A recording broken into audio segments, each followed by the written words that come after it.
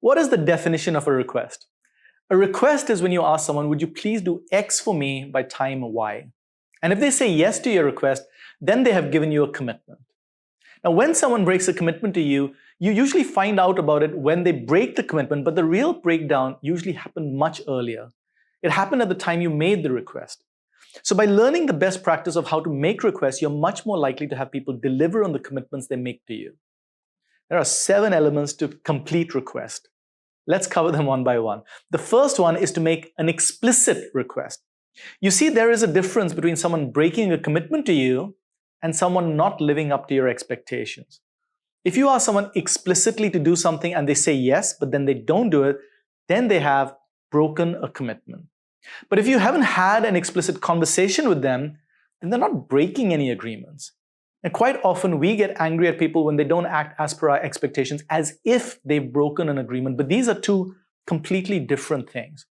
Now, the biggest reason that people give for not having explicit agreements is, I shouldn't have had to have this conversation. They should already know this. But then you're setting yourself up for frustration and disappointment. Translate your unarticulated expectations into explicit agreements. The second element of a request is to have an open listener.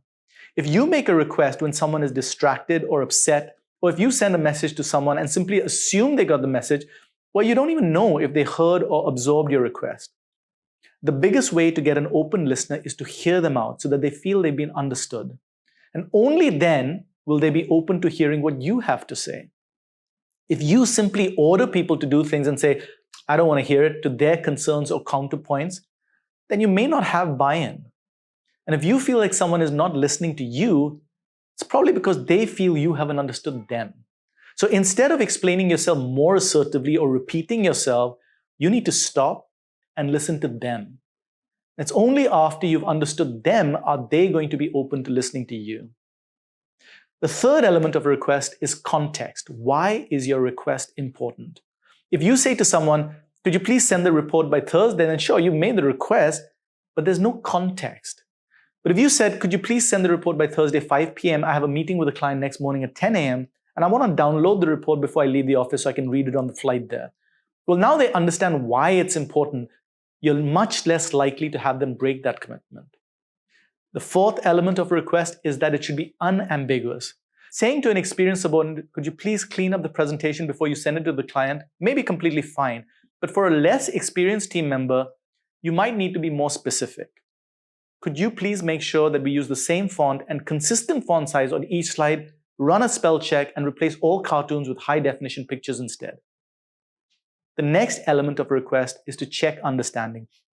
There are some managers who complain that their teams don't deliver even though they have explained clearly what they wanted. And I have to ask them, what do you mean clearly? It might be clear to you, but it's not clear to your team members. Clearly. If you ever say to your team member, this is not what I was expecting, it's not their fault, it's your responsibility. It's your responsibility to check if they've understood. And one of the ways of doing that is to ask more open questions. So rather than simply saying, do A and then B and then C, ask them, hey, you know what? Talk me through how you're planning to execute this. What are the major challenges you feel you need to watch out for? And if you really listen, then you'll get a much better understanding of the areas they're not clear on and the areas they are clear on. The next element of a request is a deadline. If there is no deadline, it's not a request. Because people can always say to you, I was just about to do it. And they have not broken any commitment, so you cannot hold them accountable. A lot of managers say things like, this is really urgent, or we need to do this ASAP. But we have an execution motto at Stillwater. There is never any urgency. There is never any urgency, but there is always a deadline. You see, just calling lots of things urgent creates pressure without clarity. But on the other hand, when there are clear deadlines, then people can prioritize and plan their schedules accordingly, and they become more productive. When you give a deadline, then the understanding is that you don't follow up every few hours asking, is it done yet? How long will it take? It's their job to get it done by the deadline. You just get on with your work. That's what it means to trust and delegate. Now, if they have not done the task by the deadline they had committed to, that's a separate conversation, and we have a separate video to cover that. The final element of a complete request is that the person you are making the request of has the freedom to say no to the request. If they can't say no, it's not a genuine request. It's an order or a demand or a threat. So if you ask someone to complete a report by the weekend and they say it's not possible, and you say, well, listen, I don't want to hear any excuses. You have to get it done. Then they might say, I'll try or I'll do my best, which if you listen to carefully is not really a commitment. And if they don't give you the report by the weekend, you might say, hey, you broke your commitment. But technically they didn't. They didn't give you a commitment. You effectively made the commitment on their behalf. And you can't force somebody to say yes, but getting someone to say yes is different from getting a commitment. A commitment is when someone says yes to a request when they have the permission to say no.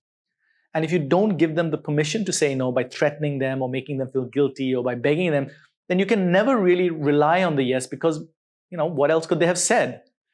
But if you said, hey, I really need this report on the weekend, but if you can't get it done, let me know right now so I can communicate it to my stakeholders. And then if they say, yes, they can, and you say, are you sure? And they say, yeah. Well, then it's a commitment. And just to be clear, a commitment is not the same thing as a target. A target is aspirational. Something you're aiming for. And sometimes when someone doesn't achieve a target, you might be tempted to accuse them of breaking a commitment and subtly insinuate that they lack integrity, to get them to feel guilt and shame so they work harder. And that may be for some people a genuine misunderstanding of the distinction between a commitment and a target. But if people know the difference and they still pretend not to, then it's a manipulative conversation.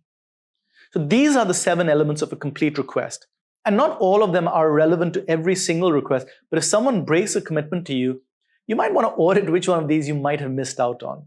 And you're unlikely to remember all 7 elements. I know that. But all of us have different personalities.